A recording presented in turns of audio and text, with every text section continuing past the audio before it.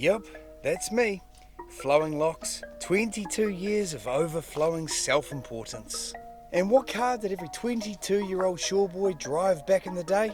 A WRX. Look at it. And that's mine. Thing of beauty. With the pink badges. Pink badges. The gold wheels. Gold wheels. And tastefully, Fuck, it was fast too. the low rear wing.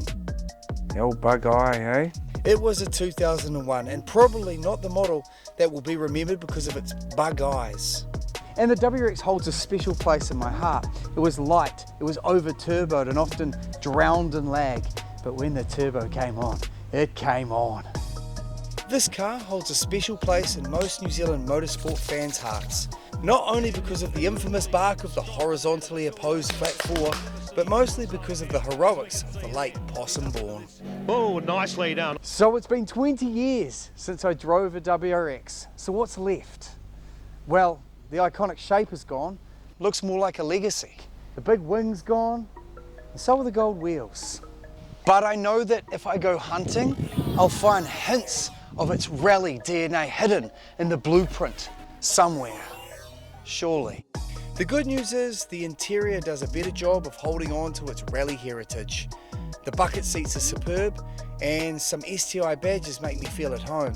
Other than it's not an STI, it's just some STI flavouring added to the mix.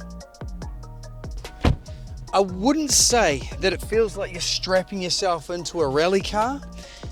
It feels like it's growing up or growing old. Despite it not being an STI, the power is still there, 200 kilowatts from the 2.4 litre boxer engine, but can you hear the iconic bark?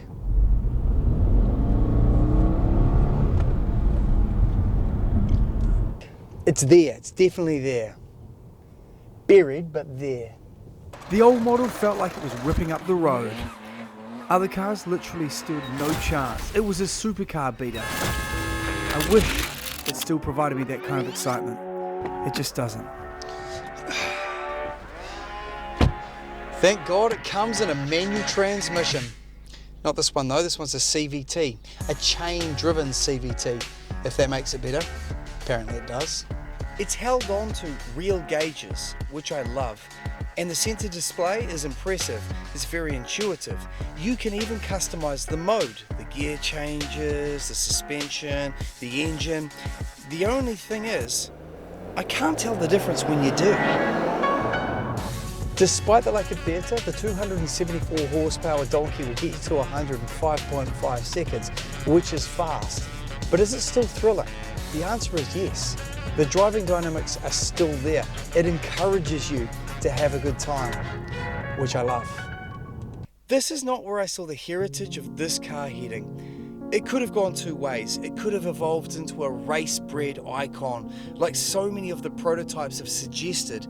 It hasn't. It's become refined. It's become comfortable. It's muted. It's a car you can live with.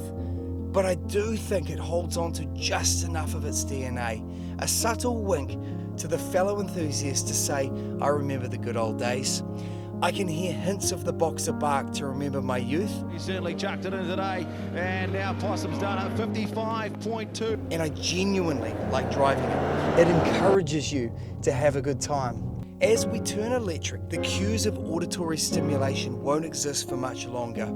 The WRX would be a great car to own, but as a final edition, it could have been so much better.